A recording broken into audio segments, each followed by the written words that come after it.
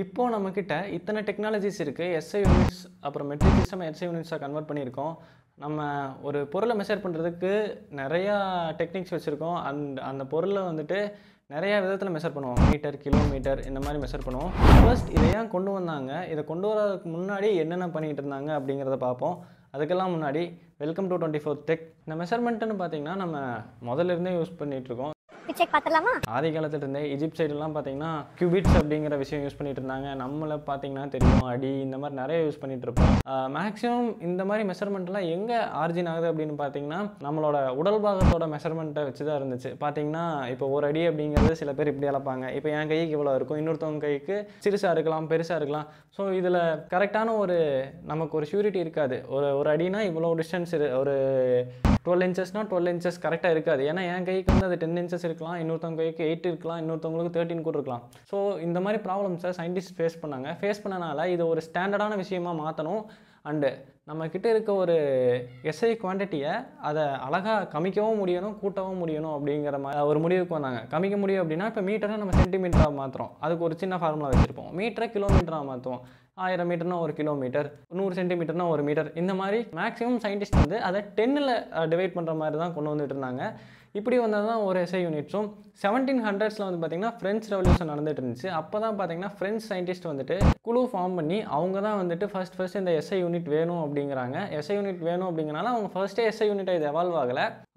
அப்போ பிரிட்டிஷில் வந்து பார்த்திங்கன்னா எஃப்பிஎஸ் யூஸ் பண்ணிட்டு இருந்தாங்க. இந்த ஃபீட்டு, பவுண்டு, செகண்டு, அப்புறம் எம்பிஎஸ்ன்னு இருந்துச்சு. இவங்க வந்து ஃப்ரெஞ்ச் என்ன பண்ணாங்க அப்படின்னு பார்த்தீங்கன்னா கிலோகிராம், மீட்டர் அண்ட் செகண்ட்ஸ் கொண்டு வர்றாங்க. இந்த கிலோகிராம், மீட்டர்ஸ் அண்ட் செகண்ட்ஸ்லாம் வந்து இதுதான் இனி ஸ்டாண்டர்டாக இருக்கணும் அப்படின்னு கொஞ்சம் கொஞ்சமாக அதை இம்ப்ளிமெண்ட் பண்ண ஆரம்பிக்கிறாங்க. அதில் மீட்டர் எந்த மாதிரி வந்துச்சு, கிலோமீட்டர் எந்த மாதிரி வந்துச்சு, அந்த செகண்ட்ஸ் எப்படி கொண்டு வந்தாங்க அப்படிங்கிறத நம்ம படிப்படியாக பார்ப்போம். ஃபர்ஸ்ட் மீட்டர் அப்படிங்கும்போது அவங்க என்ன மாதிரி எடுத்துக்கிட்டாங்கன்னா, அப்போ ஃபர்ஸ்ட்டு நார்த் போலேருந்து இருக்க சவுத் போலில் இருக்க டிஸ்டன்ஸை 1 கோடியில் ஒரு பார்ட்டு தான் மீட்டர் அப்படிங்கிற மாதிரி கொண்டு வந்தாங்க. ஆனால் அதுவுமே அவ்வளோ அக்யூரேட்டாக இல்லை. ஏன்னா அவங்க அப்போ மெஷர் பண்ணப்போ எர்த்தோட கர்வேச்சரை கரெக்டாக மெஷர் பண்ணல. ஸோ அதுலேயும் ஒரு 0.2 மில்லிமீட்டர்ஸ் ஆர் சம்திங் எரர் இருந்துச்சு. ஸோ அதுவும் கரெக்டாக இல்லை. பட் முதல்ல இருந்த டிஃப்ரென்ஸுக்கு, முதல்ல இருந்த எரருக்கு இது எவ்வளவோ இதாக இருந்துச்சு. இந்த மீட்டருமே பார்த்தீங்கன்னா கொஞ்சம் கொஞ்சமாக எவால்வ் ஆகிட்டு இருந்துச்சு. அதுக்கப்புறம் இந்த மீட்டரை எதில் மார்க் பண்ணாங்க அப்படின்னு பார்த்தீங்கன்னா பிளாட்டினம் இரிடியம் பார் அப்படின்னு ஒரு ஸ்கேல் இருக்கும். அந்த ஸ்கேலில் தான் வந்துட்டு மார்க் பண்ணி அதை ஒவ்வொரு கண்ட்ரிஸுக்கும் காப்பீஸ் அனுப்பிச்சிட்டு இருந்தாங்க. அது வந்து நார்மல் ஸ்கேலாக இருக்காது. அது வந்து பார்த்திங்கன்னா எக்ஸ் மாதிரி ஒரு ஷேப்பில் இருக்கும். அது வந்துட்டு நான் இங்கே இமேஜ் போடுறேன், உங்களுக்கு தெரியும். ஸோ ஏன்னா அது வந்து ஈஸியாக பெண்ட் ஆகாது. அண்ட் அது கரெக்டாக 1 மீட்டரில் இருக்காது. 1 மீட்டர் கொஞ்சம் அதிகமாக தான் இருக்கும். அதுக்கு நடுவில் வந்துட்டு மார்க் பண்ணியிருப்பாங்க. ஏன்னா 1 மீட்டருக்கு அதிகமாக இருந்தால் தான் ஏதாவது ஒன்று அங்கே தேயுது இல்லை அந்த மாதிரி எதாவது ஆகுது அப்படிங்கும்போது அதோட மீட்டர் மார்க்கிங்ஸ், அந்த மீட்டரோட அக்யூரசி கண்டிப்பாக மாறாது. அப்படி இல்லை அப்படின்னா அந்த அக்யூரசி போயிடும் அப்படிங்கிறதுக்காக அப்படி பண்ணாங்க. லேட்டராக 1927 என்ஐஎஸ்டி அப்படிங்கிறவங்க வந்துட்டு கேட்மியம் ஆட்டம் ப்ரொடியூஸ் பண்ணுற இன்டர்ஃபரன்ஸ் பேட்டர்னில் ரொம்ப அக்யூரசி இருக்கனால இந்த மீட்டருக்கு வந்து அந்த இன்டர்ஃபரன்ஸை வச்சு கம்பேர் பண்ணி மீட்டருங்கிறத கொண்டு வந்தாங்க. ஸோ இப்போ வந்துட்டு இந்தியாவிலையுமே இருக்குது, அந்த பிளாட்டினம் பாரும் இருக்கும், அண்ட் இந்த மாதிரியான எக்ஸ்பெரிமெண்டல் செட்டப்பும் இருக்கும். ஸோ மீட்டரோட அக்யூரசி அதை வச்சு தான் தெரிஞ்சுக்கிட்டு இருந்தாங்க. இப்போ மெஷர்மெண்ட்லேயே பார்த்தீங்கன்னா கிட்டத்தட்ட சின்ன சின்ன எக்யூப்மெண்ட்ஸ் எல்லாம் நார்மலாக ஸ்கேலை வச்சு அளப்போம். அதை விட சிறுசெல்லாம் பார்த்தீங்கன்னா வந்துட்டு எதை வச்சு மெஷர் பண்ணுவோம் அப்படின்னா வெர்னியர் கேலிப்பர், ஸ்க்ரூ கேஜ். அது ஸ்கூலில் பார்த்துருப்பீங்க கண்டிப்பாக. அது பார்க்கலன்னா இமேஜ் நான் கீழே போடுறேன். அண்ட் அதை விட கீழே போகும்போது இப்போ ஆப்டிக்கல் மைக்ரோஸ்கோப்புக்குமே சில விஷயம் இருக்கனால அதுக்குன்னு ஒரு லிமிடேஷன்ஸ் இருக்குது. ரொம்ப சின்ன விஷயத்தை அதனால் மெஷர் பண்ண முடியாது. அதுக்கு என்ன பண்ணுவாங்கன்னா எலக்ட்ரான் மைக்ரோஸ்கோப் யூஸ் பண்ணி மெஷர் பண்ணுவாங்க. இப்போது எக்ஸ்ட்ரீம்லி ஷார்ட் டிஸ்டன்ஸை எலக்ட்ரான் மைக்ரோஸ்கோப்பில் அளப்போம் அப்படின்னு சொன்னோம். இப்போ லாங் டிஸ்டன்ஸை என்ன பண்ணுவோம் அப்படின்னு பார்த்தீங்கன்னா அதை மெஷர் பண்ணுறதுக்கு பேரலாக்ஸ் அப்படிங்கிற ஒரு மெத்தட் இருக்குது. பேரலாக்ஸ் மெத்தட் ஈஸியாக எக்ஸ்பிளைன் பண்ணணும்னா ஒரு ஆப்ஜெக்ட் எடுத்துக்கங்க, அது உங்கள் கண்ணு முன்னாடி வச்சுக்கோங்க. வச்சுட்டு ஃபர்ஸ்ட் ஒரு கண்ணை மூடி பாருங்கள், ஆப்ஜெக்ட் ஒரு பக்கம் இருக்க மாதிரி இருக்கும். அண்ட் இன்னொரு கண்ணை மூடி பார்க்கும்போது ஆப்ஜெக்ட் இன்னொரு சைடு மூவ் ஆன மாதிரி இருக்கும். இதுக்கு ரீசன் என்னென்னு பார்த்தீங்கன்னா நீங்கள் அப்சர்வ் பண்ணுற இடம் தான். ஃபர்ஸ்ட் வந்துட்டு நீங்கள் ஒரு பாயிண்டில் அப்சர்வ் பண்ணுவீங்க, ரெண்டாவது ஒரு பாயிண்டில் அப்சர்வ் பண்ணுவீங்க. அந்த ஆப்ஜெக்ட் வந்து அதனால தான் நம்ம கண்ணை மாற்றி பார்க்கறனால மாறுற மாதிரி இருக்குது. இதை வச்சு தான் நம்ம ஒரு பிளானட்டோட டிஸ்டன்ஸை கண்டுபிடிப்போம். இப்போது மெர்க்குரியோட டிஸ்டன்ஸு இல்லை வந்துட்டு ஒரு ஸ்டாரோட டிஸ்டன்ஸ் கண்டுபிடிக்கணும் அப்படின்னு பார்த்தீங்கன்னா இதில் நம்ம மீட்டருக்கு பதிலாக, ஏன்னா மீட்டர் வந்துட்டு இந்த பிளானட் டிஸ்டன்ஸ் கம்பேர் பண்ணும்போது ரொம்பவே சிறுசு. இங்கே வந்து நம்ம அஸ்ட்ரானமிக்கல் யூனிட் அப்படின்னு யூஸ் பண்ணுவோம். அஸ்ட்ரானமிக்கல் யூனிட்னா என்ன, அது எவ்வளோ மீட்டர்ஸ் அப்படின்னு பார்த்தீங்கன்னா தோராயமாக சொல்ல போனோம்னா இப்போது நம்ம பூமி வந்து சூரியனை ஒரு எலிப்டிக்கல் ஆர்பிட்டில் சுற்றி வந்துகிட்டு இருக்கும். அதில் இந்த பூமிக்கும் சூரியனுக்கும் நடுவில் இருக்க லாங்கஸ்ட் டிஸ்டன்ஸ் தான் 1 அஸ்ட்ரானமிக்கல் யூனிட்னு சொல்லுவாங்க. இப்போ சொல்லும் போதே உங்களுக்கு புரிஞ்சிருக்கும். இந்த பேரலாக்ஸ் மெத்தடில் ஃபர்ஸ்ட் பூமி இங்கே இருக்கும்போது ஒரு ஸ்டார் அப்சர்வ் பண்ணுவாங்க, இங்கே இருக்கும்போது அப்சர்வ் பண்ணுவாங்க. அப்சர்வ் பண்ணி இப்போது 2 அஸ்ட்ரானமிக்கல் யூனிட் நமக்கு வந்துடுது. இதை வச்சு நான் கால்குலேட் பண்ணுவாங்க. இந்த பேரலாக்ஸ் மெத்தடை நான் தனியாகவே ஒரு வீடியோவாக போடுறேன். ஸோ தட் உங்களுக்கு அது நல்லாவே புரியும். இது பேசிக்கலி ட்ரிக்னாமெட்ரியை பேஸ் பண்ணி தான் வரும். நம்ம முதல்ல லென்த்தை பற்றி பார்த்துட்டு இருந்தோம். இப்போ மாஸை பற்றி பார்ப்போம். நம்ம பார்க்குறதே 3 பேசிக்கான யூனிட்ஸ் தான், mass and length and second. ஆனால் எஸ்ஐ யூனிட்ஸில் கிட்டத்தட்ட 7 இருக்குது. 19 நான் சொல்ல மறந்துருப்பேன் நினைக்கிறேன். 1970s கிட்டத்தட்ட மோலோட சேர்த்து 7 எஸ்ஐ யூனிட் தான் இருக்குது அப்படின்னு ஃபைனலைஸ் பண்ணாங்க. இப்போது coming to the mass. Mass அப்படிங்கிறது வந்து பார்த்திங்கன்னா அதுவும் ஒரு பேசிக் குவான்டிட்டி தான். அதை வந்து நம்ம டெம்பரேச்சர், ப்ரெஷர் அது எதுனாலையும் அஃபெக்ட் ஆகாது. அண்ட் மாஸோட எஸ்ஐ யூனிட் எது வைக்கிறாங்க அப்படின்னு பார்த்தீங்கன்னா கிலோகிராம் தான் வைக்கிறாங்க. ஆனால் நான் உங்களுக்கு லென்த்துக்கு சொன்ன மாதிரியே ஓகே, கிலோகிராம் வந்து ஸ்டாண்டர்டாக ஒரு விஷயத்துக்கு யூஸ் ஆகும். நார்மலாக வெயிட் யூஸ் பண்ணுறதில்ல. கிராமுமே நம்ம அதை கன்வெர்ட் பண்ணிக்கலாம். அண்ட் அதிகமாக போகும்போது 10 மெகாடன் யூஸ் பண்ணிக்கலாம். இப்போது ஒரு ஆட்டமை நம்ம வெயிட் போடும்போது, ஒரு ஆட்டமோட நம்ம மாஸை செக் பண்ணும்போது என்ன பண்ண முடியும்? அது கண்டிப்பாக கிலோகிராம் வந்து இன்கன்வீனியண்ட்டாக இருக்கும், சொல்லவே முடியாது. அதுக்கு இவங்க என்ன பண்ணுறாங்க அப்படின்னு பார்த்தீங்கன்னா 1 யூனிஃபைடு அட்டாமிக் மாஸ் யூனிட் அப்படிங்கிற ஒன்று கொண்டு வர்றாங்க சயின்டிஸ்ட். இது வந்து கார்பன் 12 ஆட்டமை பேஸ் பண்ணதாக இருக்கும்.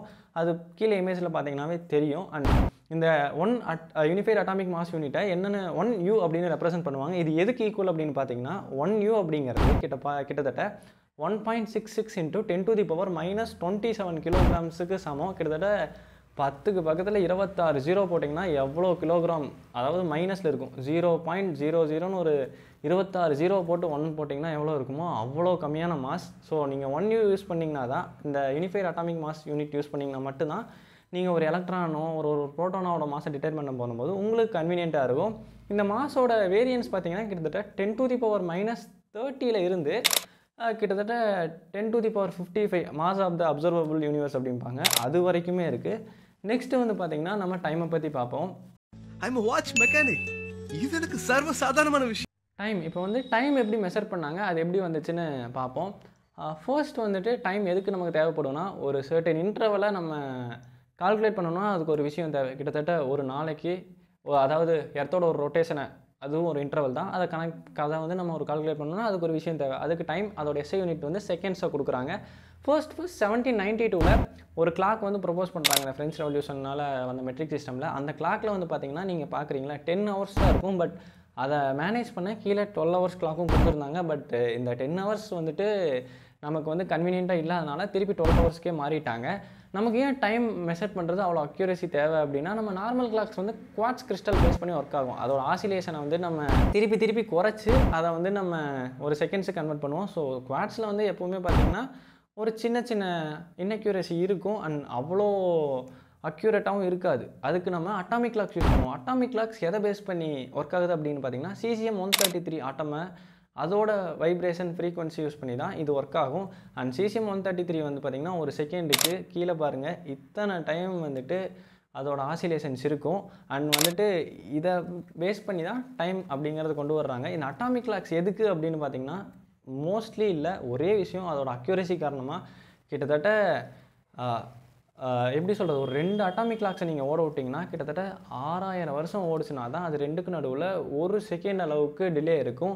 அண்ட் வந்துட்டு ஒரு அட்டாமிக் கிளாக் வந்துட்டு ஒரு வருஷத்தில் அது கொண்டு வர எரர் வந்து பார்த்திங்கன்னா 3 மைக்ரோ செகண்ட், மில்லி செகண்ட் கூட இல்லைங்க, 3 மைக்ரோ செகண்டுக்குமே கம்மி தான்.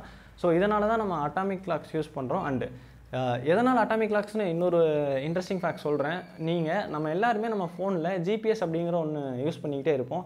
இந்த ஜிபிஎஸ் இருக்குல்ல, அதில் வந்து X, Y, Z and T அப்படிங்கிற ஒரு டைம் ஃபேக்டர் யூஸ் பண்ணுவாங்க.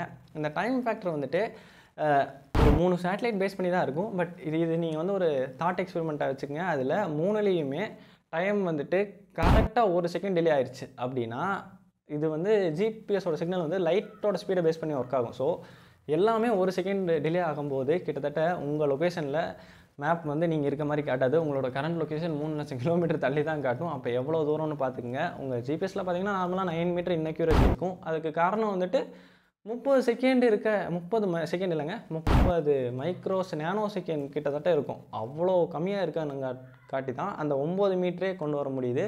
ஸோ பாருங்கள், ஒரு இன்டர்வலை நம்ம கரெக்டாக மெஷர் பண்ண முடியலன்னா எவ்வளோ இன்அக்யூரசி இருக்குன்னு. ஸோ இதனால தான் எஸ்ஐ யூனிட்ஸ் தேவைப்பட்டுச்சு. ஒவ்வொரு விஷயமுமே பார்த்திங்கன்னா தனித்தனியாக விஷயம் ஒவ்வொரு விஷயம் அடாப்ட் பண்ணுறதுக்கு நம்ம மாறலை அப்படின்னா நம்ம இப்போது இவ்வளோ கன்வீனியண்ட்டாக நம்ம லைஃப்பை ஸ்பெண்ட் பண்ண முடியாது. ஒவ்வொரு விஷயமுமே ரொம்ப இன்கன்வீனியண்ட்டாக இருக்கும். இப்போது இன்ஜினியர்ஸ் வந்து ஒரு பிரிட்ஜை பில்ட் பண்ணுறாங்க, இல்லை ஒரு கம்ப்யூட்டரை பில்ட் பண்ணுறாங்க, அதுக்கு ஒரு ப்ராசஸரில் வேஃபரிங் இருக்குது அப்படிங்கும்போது ஒரு கண்ட்ரி வந்து மீட்டர்லேயும் ஒரு கண்ட்ரி ஃபீட்லேயும் அதை அளந்துக்கிட்டு இருந்தாங்கன்னா சத்தியமாக ஒரு விஷயமுமே இப்போது நடந்திருக்காதுன்னு சொல்லலை. நடந்திருந்தாலும் ரொம்பவே கஷ்டப்பட்டிருப்பாங்க. ஏன்னா அவ்வளோ இன்கன்வீனியண்ட்டாக இருந்திருக்கும் ஒரு ஸ்டாண்டர்டான யூனிட் இல்லைன்னா. இதுதான் எஸ்ஐ யூனிட். அண்டு எஸ்ஐ யூனிட்ஸை பற்றி பேசிக்காக எல்லாத்துலேயுமே சொல்லியிருப்பாங்க. ஸோ நீங்கள் எஸ்ஐ யூனிட்டில் இந்த வீடியோவில் நிறைய தெரிஞ்சிருப்பீங்கன்னு நினைக்கிறேன். அண்டு மறக்காமல் சப்ஸ்கிரைப் பண்ணிக்கங்க. நெக்ஸ்ட் ஒரு நல்ல கண்டென்ட்டோட பார்க்குறேன். அண்டு மோர் ஃபிசிக்ஸ் கண்டென்ட்டை ஃபாலோ பண்ணணும், ஃபிசிக்ஸ் தெரிஞ்சுக்கணும் அப்படின்னா இன்னும் ஃபர்தராக வந்து நம்ம டெரிவேஷன்ஸ் பக்கம்லாம் போவோம். அப்போது வந்துட்டு அதெல்லாம் தெரிஞ்சுக்கணும் ஆர்வம் இருந்துச்சுன்னா கண்டிப்பாக நம்ம சேனலை சப்ஸ்கிரைப் பண்ணுங்கள்.